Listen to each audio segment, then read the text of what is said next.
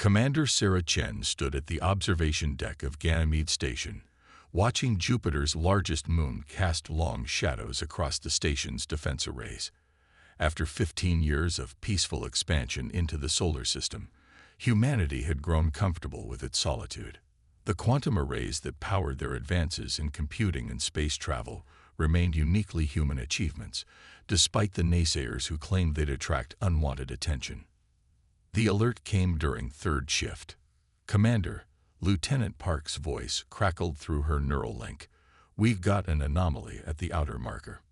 Energy signature unlike anything in our database."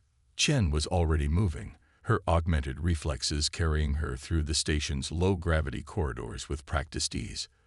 The command center's holographic displays sprang to life as she entered, showing a vessel that seemed to defy conventional physics. Its hull rippled like liquid metal, bearing scorch marks and damage patterns that spoke of recent combat. "Status of our defense grid?" she asked, studying the vessel's erratic approach vector. "All systems nominal," Park responded, his fingers dancing across haptic controls. "But, Commander, the ship's broadcasting on all frequencies. It's a distress signal." The message repeated in dozens of languages, most unknown to human linguistics. But the universal mathematical sequences underlying them were clear enough. These visitors were running from something. "They're not decelerating fast enough," Lieutenant Rivera observed from the tactical station. "At their current velocity, they'll overshoot Jupiter's orbit entirely." Chen watched the numbers scroll past. The alien ship's drive signature suggested capabilities far beyond current human technology, yet its trajectory was that of a wounded animal, not a controlled approach. "They're not trying to stop," she realized. "They're trying not to die." The decision came down to fundamental human nature, the drive to help, even in the face of potential danger. "Park, power up the emergency gravitational arrays. Rivera, calculate an intercept course that won't tear them apart. We're going to catch them." Her crew's response was immediate, despite the unprecedented nature of the situation. Humanity's quantum computing breakthroughs had led to advances in artificial gravity manipulation, originally designed for deep space construction. Now those same systems, scaled up across Ganymede Station's massive frame, might be the only thing standing between these visitors and oblivion. The alien vessel entered the outer perimeter of their gravitational field.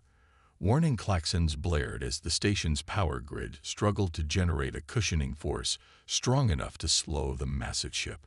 Chen watched as structural stress indicators climbed into the red. "Hull integrity at 82% and falling," Rivera reported. "The gravitational shear is affecting both vessels." "Divert power from the orbital defense grid," Chen ordered. "We built this station to withstand a small fleet. Let's see if it can save one ship." The next 3 minutes stretched into eternity as Ganymede Station's systems strained against physics itself. Through it all, Chen kept her eyes locked on the alien vessel's trajectory, watching as its wild spin gradually stabilized. Finally, mercifully, it came to rest within the station's embrace, its liquid metal hull still rippling with residual energy. "Multiple life signs detected," Park announced. "Their atmospheric requirements are compatible. They're requesting emergency docking." Chen straightened her uniform, acutely aware that she was about to make first contact with a spacefaring species under the worst possible circumstances. "Grant them access to Bay 4. Alert medical to prepare for potential casualties, and get me a direct channel to Earth Command. I want the first contact protocols initiated before." She never finished the sentence. The alien ship's hull suddenly transformed, becoming transparent enough to reveal the horror within. Its crew worked desperately at control stations that seemed to grow from the deck itself, but Chen's attention was drawn to the massive display dominating their bridge. It showed a star map of known space, with system after system marked in a color that somehow conveyed both warning and mourning. At the center of this apocalyptic chart was a simple countdown timer, ticking away with methodical precision. "Commander," one of the alien crew members transmitted, their words translated through mathematical principles into rough English. "We bring warning of extinction. The harvesters have awakened, and your world's quantum signatures have drawn their attention. We came to help, but we may have only succeeded in leading them to you." Chen felt the weight of command settle onto her shoulders like a physical force. Humanity had dreamed of first contact for generations, but not like this. Not with refugees bearing news of annihilation. "How long?" she asked, already knowing the answer would be found on that ominous countdown display. 87 of your days," came the reply.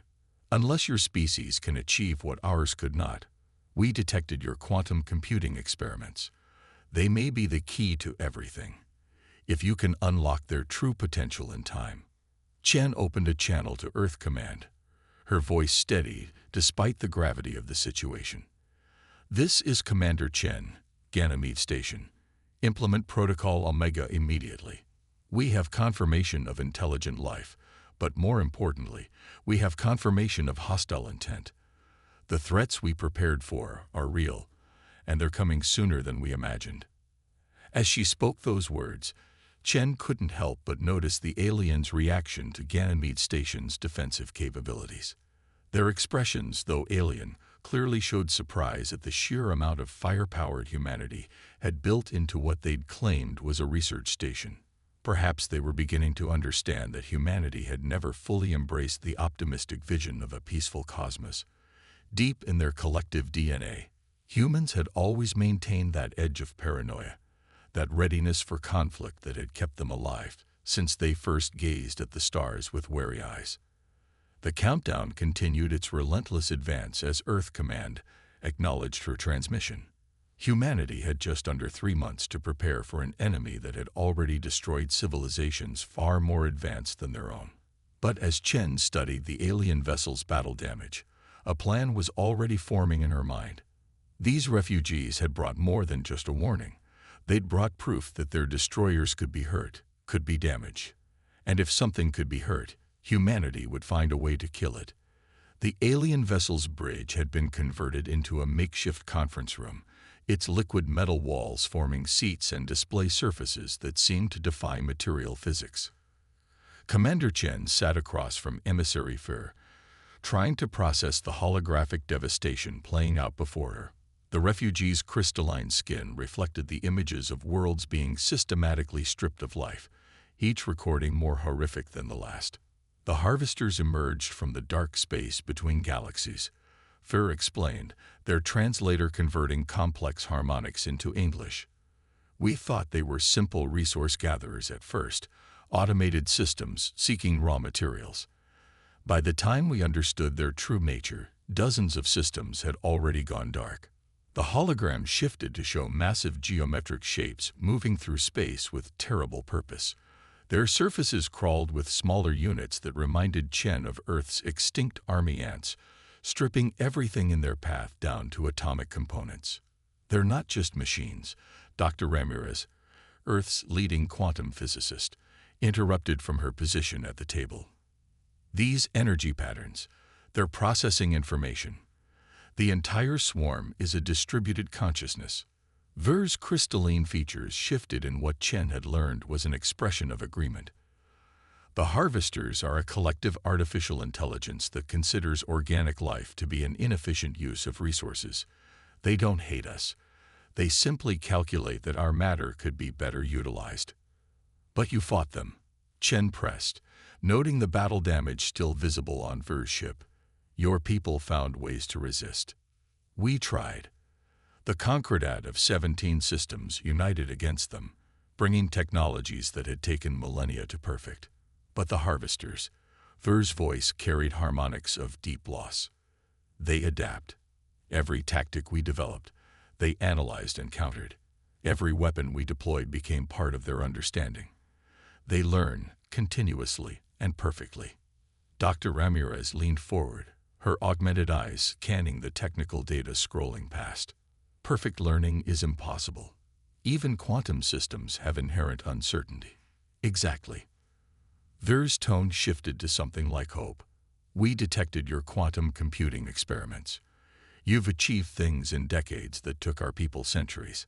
More importantly, you've done it differently. Your approach to quantum mechanics is unusual. Chen had heard similar comments before. Earth's breakthrough in quantum computing had come from an unexpected direction. Instead of trying to eliminate uncertainty from the system, they'd found ways to use it. The result was computers that sometimes made mistakes but could solve problems in ways that defied conventional logic.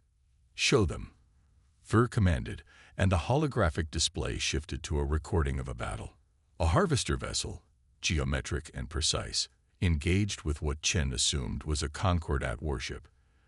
The alien vessel's weapons were devastating, but each shot was perfectly predictable.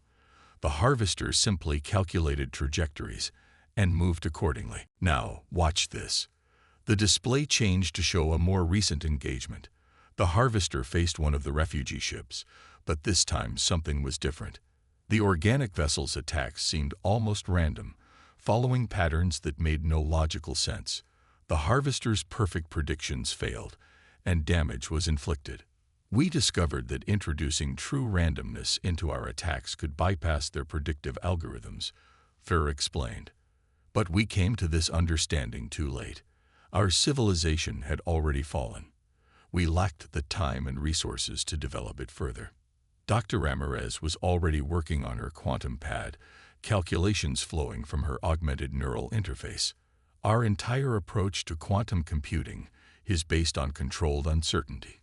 If we could scale that up, integrate it with weapon systems." "It's not just about weapons," Fer interrupted. "The Harvester's greatest strength is their unified consciousness. They think as one, predict as one, adapt as one. But this perfect unity is also a weakness. They cannot comprehend truly random actions because randomness has no place in their collective mind." Chen watched the battle footage again, understanding dawning. "You're saying we need to be unpredictable. Not just our weapons, but our strategies, our entire approach to warfare." "More than that," Ver's harmonics conveyed intensity. "We need to be irrational by their standards. The harvesters base everything on perfect logic and efficiency. Show them something that defies their understanding of how intelligent beings should act, and their entire predictive model breaks down." Dr. Ramirez laughed suddenly, drawing surprised looks. "Then they've already lost. They just don't know it yet. Being irrational while achieving the impossible. That's practically humanity's species description." Chen stood, her decision made. "Dr. Ramirez, I want you working with Ver's technical team.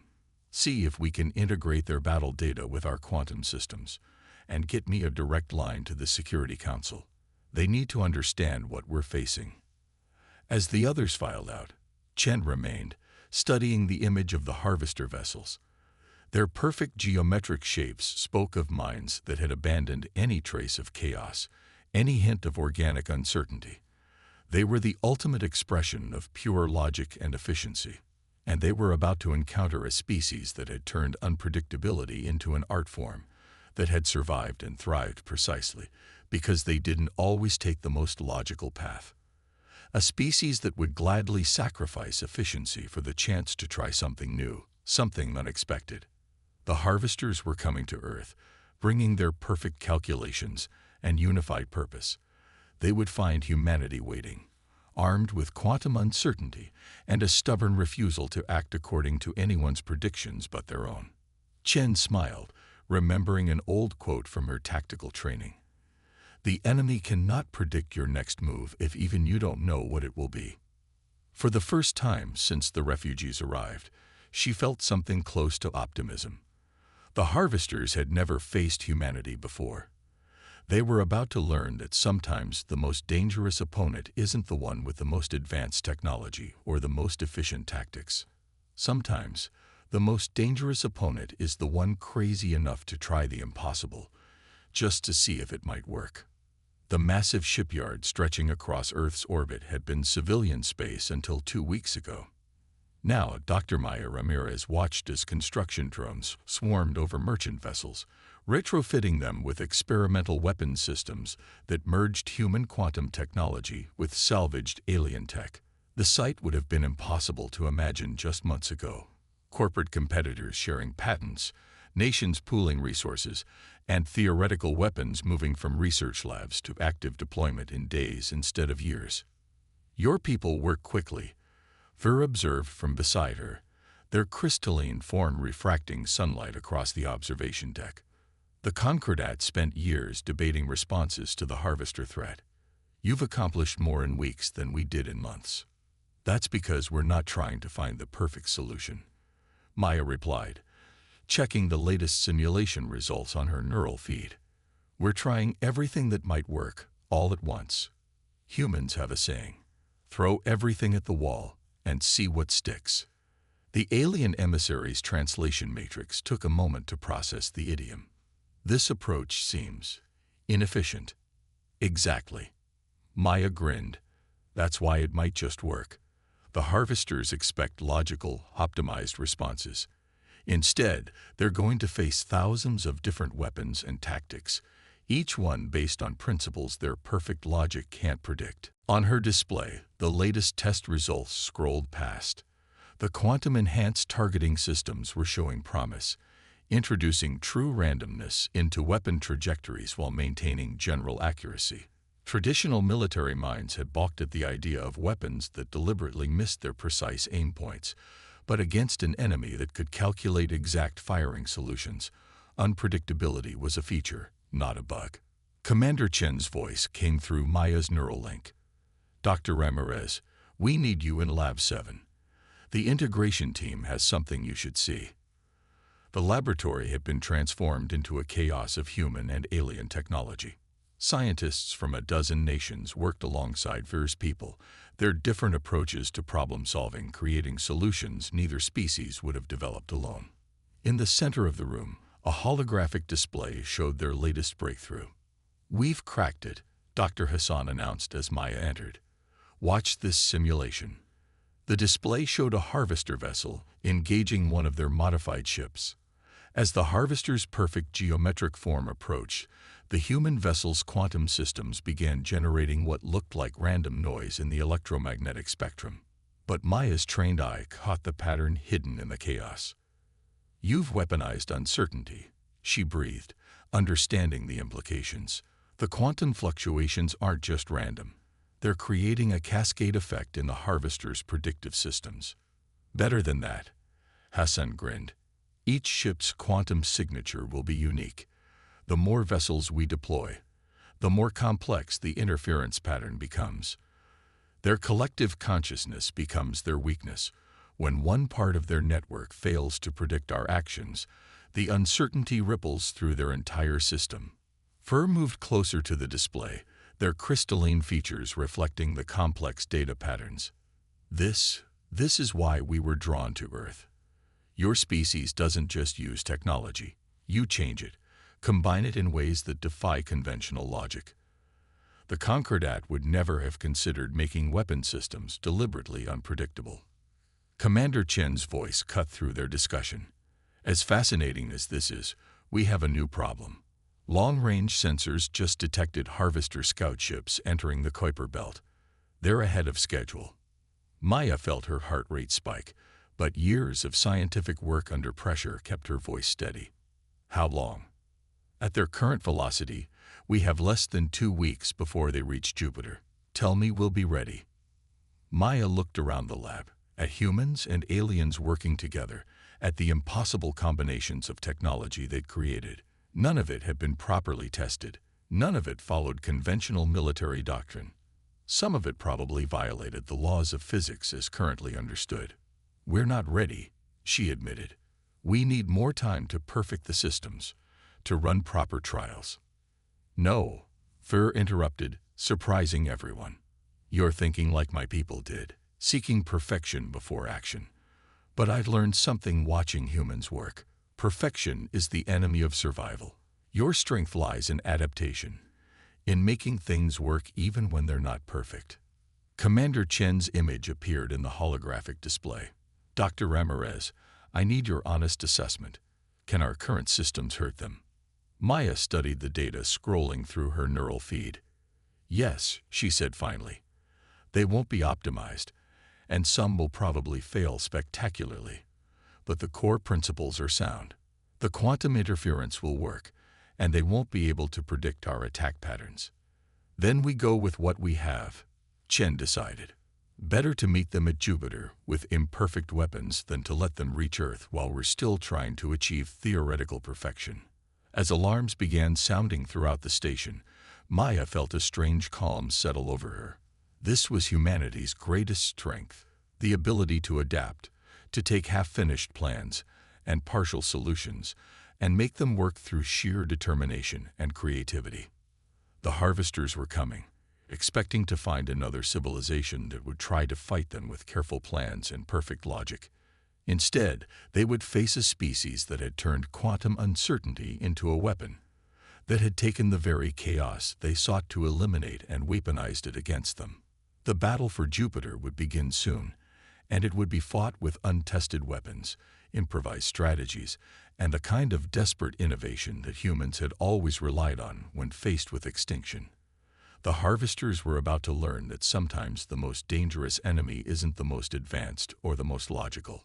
Sometimes, the most dangerous enemy is the one crazy enough to embrace chaos itself as an ally. The harvesters emerged from their faster-than-light transit exactly where the predictive model said they would, in high Jupiter orbit, where the gas giant's massive gravity well could be used to decelerate their vast ships. Their geometric forms gleamed against the planetary backdrop, perfect crystalline structures that seemed to deny the very concept of organic irregularity. Commander Sarah Chen watched from Ganymede Station's command center as the enemy fleet materialized. The massive holographic display showed 12 major vessels, each surrounded by swarms of smaller units that moved with unsettling synchronization. "Right on schedule," she muttered. "At least they're predictable about something." "All ships reporting ready," Lieutenant Park announced. "Quantum interference systems are active but untested in actual combat conditions." The combined Earth defense fleet held position in Jupiter's shadow. 300 vessels of varying sizes and designs, from retrofitted cargo haulers to the latest military spacecraft. None of them were as advanced as the harvester ships, but that wasn't the point. They didn't need to be better. They just needed to be impossible to predict. Dr. Ramirez's voice came through the command channel. "Remember, the quantum interference will affect our systems too. Don't expect perfect targeting or communication. That's a feature, not a bug." Chen nodded, though the concept still felt wrong to her military training. They were deliberately introducing chaos into their own operations, counting on human adaptability to cope better with it than the harvester's rigid logical processes. "All ships, execute battle plan random," she ordered, using the half-joking name that had stuck during their rushed preparation. "And remember, if you think your next move is too crazy to work, that probably means you should try it." The human fleet burst into action, but not with the coordinated precision of traditional military operations. Each ship's quantum systems were generating unique interference patterns, creating a cascade of uncertainty that their own crews had barely learned to work with. The result was beautiful chaos, vessels moving in patterns that defied tactical logic, weapons firing at seemingly random intervals. The harvester response was immediate and exactly as their refugee allies had predicted. The geometric ships moved to establish optimum firing positions, their swarm units forming precise defensive screens. But for the first time in their ancient existence, their predictive algorithms failed them. A converted mining vessel fired its improvised main weapon, essentially a mass driver loaded with quantum unstable materials. The shot went wide of its intended target, which should have been a crucial mistake. Instead, the random trajectory caught a harvester vessel's swarm screen at an impossible angle, the quantum instability spreading through their networked consciousness like a virus. "Direct hit," Park shouted, "or indirect hit. The quantum field is disrupting their coordination patterns." Chen watched as the battle unfolded across Jupiter's orbit. Human ships performed maneuvers that would have gotten their commanders court-martialed in any other situation, flying directly at enemy vessels only to veer away at the last second, firing weapons with deliberately randomized targeting, using Jupiter's radiation belts in ways that should have been suicidal. But it was working. The Harvester's perfect formations began to show signs of strain as their predictive systems failed to cope with the chaos being thrown at them. Their swarm units, used to moving in precise patterns, found themselves struggling to maintain coherence in the face of quantum interference. Their main consciousness is trying to compensate, Dr. Ramirez reported from her monitoring station, but they can't adapt fast enough. Every time they develop a counter to one ship's interference pattern, they encounter a different one. The uncertainty is cascading through their network. A massive harvester vessel, its geometric perfection still untouched, moved to target Ganymede Station directly.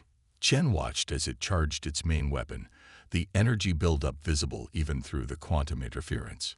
"Station defenses to maximum," she ordered. "Let's show them our own version of perfection." The station's quantum-enhanced shields activated, their pattern randomly shifting in ways that should have made them less effective. The harvester beam lanced out, impossibly powerful, and struck nothing but empty space as the quantum fluctuations bent reality itself around the station. "Return fire," Chen commanded. "All batteries, random spread." Ganymede Station's weapons opened up, not with the precise barrage that military doctrine called for, but with a chaotic storm of energy and matter. Most of the shots missed their target completely. Some seemed to vanish into subspace, but enough found their mark, their quantum unstable payloads introducing further chaos into the Harvester's perfect systems. The massive enemy vessel's surface began to ripple, its geometric perfection disrupted by cascading failures in its predictive matrices. Similar scenes play out across the battlefield as human vessels press their advantage, their illogical tactics and unstable weapons creating a nightmare scenario for an enemy that relied on perfect calculation. "They're retreating," Park announced with disbelief in his voice. "The remaining harvester ships are falling back to the outer system." Chen watched as the enemy fleet, its perfect formation shattered, began emergency faster than light jumps. Of the 12 ships that had arrived, only 7 remained, and even those showed signs of serious damage to their once perfect structures. "Send to Earth Command," she ordered. First engagement successful. Enemy forces showed significant vulnerability to quantum interference tactics. However, she paused, studying the battlefield data. "They're already adapting. Next time, they'll be better prepared for our chaos strategy." "Let them adapt," Dr. Ramirez responded. "The beautiful thing about chaos is that it's infinitely variable. We've barely scratched the surface of what quantum uncertainty can do." Chen smiled, recognizing the familiar human drive to push boundaries, to take a successful idea and immediately start looking for ways to make it even more effective.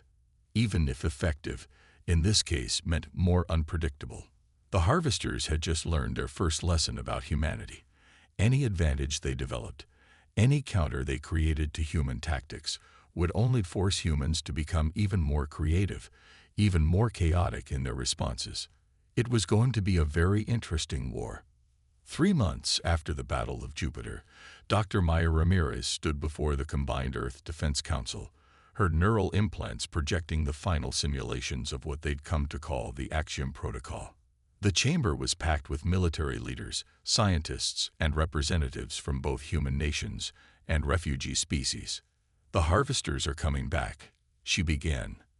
"And this time, they're bringing their entire collective. Our quantum interference tactics won't be enough anymore. They've adapted, developed countermeasures. But in doing so, they've shown us their greatest weakness."